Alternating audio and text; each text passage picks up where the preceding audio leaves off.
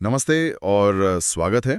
दशकों से global south शब्द का मतलब रहा है, मतलब गरीब और विकासशील देश जो दुनिया के नियम मानते आए हैं। हम्म। पर क्या हो अगर अगर ये देश अब खुद नियम बनाने लगें?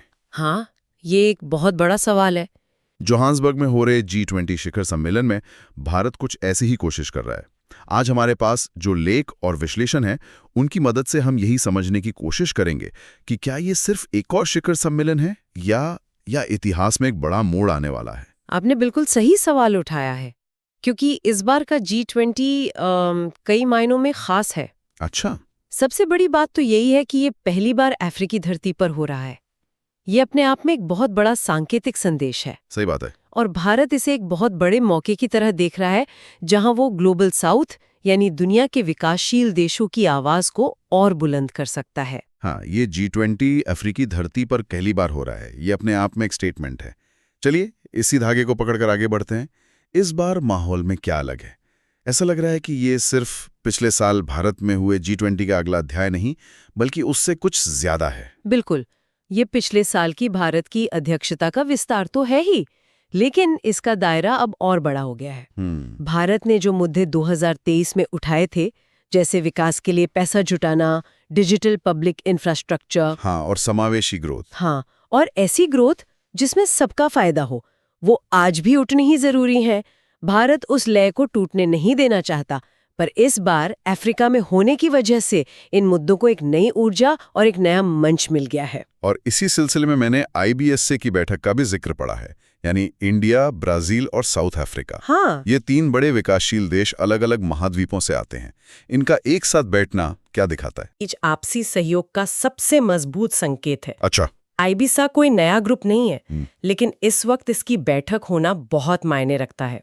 ये दिखाता है कि ये देश अब पश्चिम की तरफ देखने के बजाय आपस में मिलकर व्यापार, टेक्नोलॉजी और वैश्विक मुद्दों पर अपनी राह बनाना चाहते हैं। मतलब वसुधैव कुटुंबकम का एक प्रैक्टिकल रूप। बिल्कुल, ये भारत के वसुधैव कुटुंबकम, एक पृथ्वी, एक परिवार, एक भविष्य वाले विचार को जमीन पर उतारने जैसा है। ठीक है, तो मंच तैयार है। अब बात करते हैं कि भारत इस मंच पर करने क्या वाला है। जोहान्सबर्ग में भारत की सबसे बड़ी प्राथमिकताएं क्या हैं? अगर हम भारत के एजेंडे को देखें तो उसमें कुछ बहुत बड़ी और महत्वाकांक्षी बातें हैं। सबसे पहली और बुनियादी बात है आर्थिक विकास। आर्थिक विकास। लेकिन ऐसा विकास नहीं जो सिर्फ कुछ लोगों तक सीमित रहे। भारत की मांग है कि विकासशील देशों को अपना विकास करने के लिए आसानी से और सस्ती दरों पर कर्ज मिले। कई देश आज कर्ज के बोझ तले दबे हुए हैं। और इसके लिए भारत क्या करने को कह रहा है? कोई ठोस सुझाव है? हाँ, भारत जोर देगा कि वर्ल्ड बैंक और IMF जैसे बड़े वैश्विक बैंक, जिन्हें MDBs कहते हैं, मल्टीलैटरल डेवलपमेंट बैंक्स, हाँ, वो अपने काम करने का तरीका बदले। भारत का कहना है कि इनकी प्रक्रियाएं बहुत जटिल और धीमी है और इन्हें विकासशील देशों की जरूरतों के हिसाब से बदलना होगा, ताकि कर्ज राहत जल्दी मिल सके। बिल्कुल, जल्दी और असरदार तरीके से। ठीक है, और पैसे की बात आती है तो जलवायु परिवर्तन का मुद्दा भी साथ में आता ही है। अमीर देशों ने जो मदद के वादे किए थे वो तो अक्सर अधूरे रह जाते हैं। हाँ, और जलवायु कार्रवाई भारत की दूसरी बड़ी प्राथमिकता है, और यहाँ भारत का नजरिया बहुत साफ है। क्या है वो? बात सिर्फ कार्बन उत्सर्जन कम करने की नहीं है। भारत का कहना है कि विकासशील देशों को जलवायु परिवर्तन के असर से निपटने के लिए टेक्नोलॉजी और पैसा दोनों चाहिए। वो जो $100 बिलियन वाला वादा था। भारत एक बार फिर विकसित देशों को उनके वादे याद दिलाएगा। वो $100 बिलियन प्रतिवर्ष की मदद का वादा कहाँ गया? भारत जवाबदेही की मांग करेगा। और भारत सिर्फ मांग ही नहीं कर रहा है, हमारे सोर्स मटेरियल के हिसाब से वो नवीकरणीय ऊर्जा मतलब रिन्यूएबल एनर्जी में अपनी सफलता का उदाहरण भी पेश कर रहा है। बिल्कुल, भारत ये दिखा रहा है कि विकास और पर्यावरण साथ साथ चल सकते हैं। भारत ने सोलर एनर्जी में जो काम किया है वो एक मॉडल है। तो भारत एक तरह से कह रहा है, हम सिर्फ मदद मांग नहीं रहे, हम समाधान का हिस्सा भी हैं। चलिए अब उस मुद्दे पर आते हैं जो मुझे सबसे दिलचस्प लगा, एक G20 क्रिटिकल मिनरल्स फ्रेमवर्क। ये सुनने में थोड़ा तकनीकी लगता है, लेकिन ऐसा लगता है कि भविष्य की सारी लड़ाई इसी पर होने वाली है। ये क्या है? ये शायद इस समिट की सबसे बड़ी और सबसे दूरगामी सोच वाली बात है। अच्छा। क्रिटिकल मिनरल्स मतलब lithium, cobalt, rare earth elements, ये वो खनिज हैं जिनके बिना आज की दुनिया चल ही नहीं सकती। आपकी इलेक्ट्रिक कार की बैटरी, आपका स्मार्टफोन, आपकी विंड टर्बाइन, सब इन्हीं पर निर्भर हैं। और समस्या ये है कि इनकी सप्लाई पर सिर्फ कुछ देशों का कब्जा है, खासकर चीन का। तो क्या भारत इस निर्भरता को तोड़ना चाहता है? सिर्फ तोड़ना नहीं बल्कि पूरे सिस्टम को ही बदलना चाहता है। अभी क्या होता है, क्या होता है? अफ्रीका या लैटिन अमेरिका के किसी देश से ये खनिज सस्ते में निकाले जाते हैं और फिर उन्हें प्रोसेस करने और उनसे बैटरी या चिप बनाने का सारा फायदा अमीर देशों को मिलता है। भारत का प्रस्ताव 3 स्तरीय है। पहला, माइनिंग में पारदर्शिता हो। दूसरा, सप्लाई चेन में विविधता हो, ताकि किसी एक देश पर निर्भरता ना रहे। बिल्कुल। और तीसरा, जो सबसे क्रांतिकारी है, इन खनिजों की प्रोसेसिंग और मैन्युफैक्चरिंग भी उन्हीं विकासशील देशों में होनी चाहिए जहां से ये निकलते हैं। वाह, तो ये सिर्फ व्यापार की बात नहीं है, ये तो सीधे सीधे सत्ता के समीकरण को बदलने की कोशिश है। सही पकड़ा आपने। मतलब अब तक जो देश सिर्फ कच्चा माल बेचते थे, भारत कह रहा है कि अब से असली फायदा बैटरी बनाने का, चिप बनाने का भी उन्हीं को मिलना चाहिए। हाँ, ये तो पूरी सप्लाई चेन को डिमोक्रेटाइज करने जैसा है। आपने बिल्कुल सही शब्द इस्तेमाल किया, डेमोक्रेटाइज।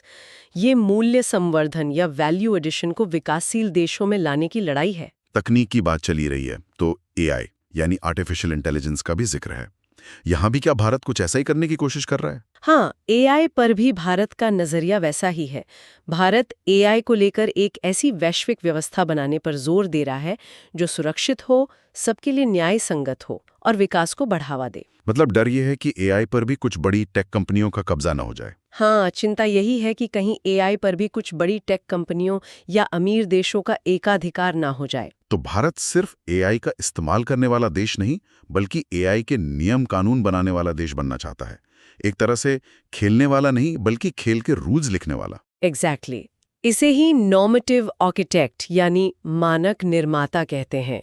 भारत नहीं चाहता कि एक नया डिजिटल विभाजन पैदा हो जहां ग्लोबल साउथ सिर्फ एआई का उपभोक्ता बनकर रह जाए। और वो चाहता है कि इसका फायदा सब तक पहुंचे। हाँ, भारत चाहता है कि एआई का फायदा स्वास्थ्य, कृषि और शिक्षा जैसे क्षेत्रों में हर देश को मिले। और इसी से जुड़ा हुआ है भारत का डिजिटल पब्लिक इंफ्रास्ट्रक्चर यानी डीपीआई मॉडल। जैसे आधार और यूपीआई। भारत इसे भी दुनिया के सामने रख रहा है। हाँ, और ये भारत की सॉफ्ट पावर का एक बहुत बड़ा उदाहरण बन गया है। भारत अपने डीपीआई मॉडल को एक डिजिटल पब्लिक गुड की तरह पेश कर रहा है। तो ये डीपीआई मॉडल एक तरह से विकासशील देशों के लिए एक डिजिटल स्टार्टअप पैक जैसा है। भारत कह रहा है, हमने ये हाईवे बना लिया है, ये लो इसका ब्लूप्रिंट और अपने देश में इसे मुफ्त में बना लो। हाँ, बहुत अच्छा उदाहरण है। ताकि तुम्हें पहिया दोबारा ना बनाना पड़े। बिल्कुल, ये विकासशील दुनिया को एक डिजिटल रोड मैप देने जैसा है ताकि वो भी डिजिटल समावेश और अच्छे शासन की तरफ बढ़ सकें। और हाँ, इन सब के साथ साथ आतंकवाद से लड़ाई, खासकर टेरिफ फाइनेंसिंग को रोकना, ये भारत के एजेंडे में हमेशा की तरह मजबूती से मौजूद रहेगा। तो ये सब बहुत बड़ी बड़ी बातें हैं। आर्थिक व्यवस्था बदलना, तकनीक के नियम बनाना, ग्लोबल साउथ को एकजुट करना, इन सब का भू राजनीतिक मतलब क्या है? वैश्विक मंच पर भारत के लिए इसके क्या मायने हैं? इसके बहुत गहरे मायने हैं। पहला, ये भारत और अफ्रीका के रिश्तों को एक नई मजबूती देता है। वो कैसे? अफ्रीकी जमीन पर अफ्रीका और ग्लोबल साउथ के हक की बात करके भारत एक भरोसेमंद साथी के तौर पर अपनी छवि बना रहा है। दूसरा, भारत ग्लोबल साउथ को सिर्फ शिकायत करने वाले एक समूह से निकाल के समाधान देने वाला एक घुटमु बदल रहा है। हाँ, समाधान देने वाले एक ताकतवर गुट के रूप में स्थापित करने की कोशिश कर रहा है। और तीसरा, जो हमने नॉर्मेटिव आर्किटेक्ट की बात की। हाँ, तीसरा और सबसे महत्वपूर्ण, एआई और क्रिटिकल मिनरल्स पर नियम बनाने की बात करके भारत भविष्य की तकनीक और अर्थव्यवस्था की दिशा तय करने में एक बड़ी भूमिका निभाने का दावा कर रहा है। तो ये सॉफ्ट पावर का इस्तेमाल है। बिल्कुल, ये नियमों और मानकों के जरिए दुनिया को प्रभावित करने वाली शक्ति है।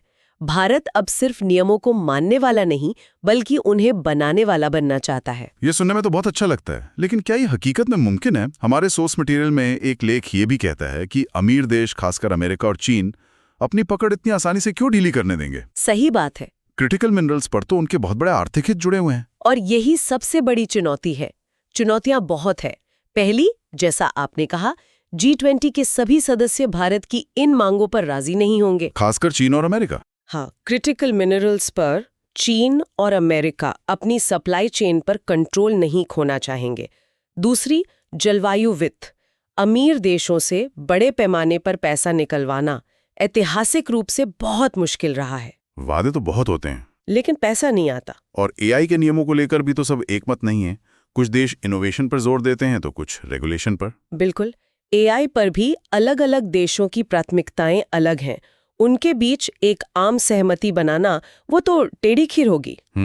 और आखिर में मान लीजिए कि किसी तरह समझौते हो भी गए तो उन्हें जमीन पर लागू करना एक अलग ही चुनौती है। मतलब लागू करने के लिए जो क्षमता चाहिए, पैसा चाहिए। हाँ, वो क्षमता, पैसा और प्रशासनिक व्यवस्था की कमी एक बड़ी बाधा बन सकती है। तो फिर अगर इतनी चुनौतियां हैं तो भारत ये सब क्यों कर रहा है? इसमें अवसर क्या है? क्योंकि अवसर चुनौतियों से भी बड़े हैं। अच्छा, सबसे पहला अवसर है भारत की वैश्विक छवि को मजबूत करना।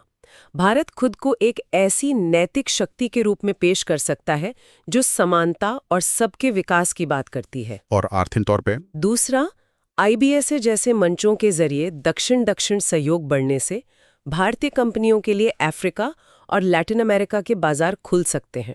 ये सीधा आर्थिक फायदा है। और अगर क्रिटिकल मिनरल्स वाला फ्रेमवर्क बन जाता है तो उससे भारत को भी फायदा होगा। निश्चित रूप से, अगर वो ढांचा बनता है तो भारत के अपने ग्रीन एनर्जी लक्ष्यों के लिए भी अच्छा होगा, क्योंकि तब सप्लाई चेन ज्यादा स्थिर और विविध हो जाएगी। और किसी एक देश पर हमारी निर्भरता कम होगी। बिल्कुल। और अंत में एक सफल शिखर सम्मेलन भारत की कूटनीतिक पूंजी को कई गुना बढ़ा देगा। ये साबित करेगा कि भारत विकसित और विकासशील दुनिया के बीच एक पुल का काम कर सकता है। तो संक्षेप में कहें तो प्रधानमंत्री मोदी की जोहान्सबर्ग यात्रा प्रतीकात्मक और वास्तविक दोनों तरह से बहुत वजन रखती है। दोनों तरह से। प्रतीकात्मक रूप से ये ग्लोबल साउथ के एक नेता के रूप में भारत की छवि को और मजबूत करती है, और वास्तविक रूप से ये खनिज सुरक्षा से लेकर जलवायु न्याय और एआई शासन तक भारत की प्रमुख प्राथमिकताओं को आगे बढ़ाने का एक मंच है। बिल्कुल, ये भारत के लिए एक उच्च दाव वाला कूटनीतिक क्षण है। सफलता की कोई गारंटी नहीं है। कोई गारंटी नहीं है। हाँ, आम सहमति बनाना, खासकर क्रिटिकल मिनरल्स और जलवायु वित्त पर, बेहद मुश्किल होगा। लेकिन इसका नतीजा न केवल भारत की वैश्विक भूमिका को तय करेगा, बल्कि ये भी तय करेगा कि आने वाले समय में विकासशील देश दुनिया की सबसे अमीर अर्थव्यवस्थाओं के साथ कैसे जुड़ेंगे। ये सिर्फ भारत के बारे में नहीं, ये पूरे ग्लोबल साउथ के भविष्य के बारे में है। और यहाँ हमारे सुनने वालों के लिए सोचने के लिए एक विचार है। अगर ग्लोबल साउथ के देश एआई और खनिजों जैसे भविष्य को तय करने वाले मुद्दों पर अपने खुद के नियम और ढांचे बनाना शुरू कर दें, तो ये उस शक्ति संतुलन को किस तरह बदल सकता है जो पिछली 1 सदी से दुनिया पर हावी रहा है।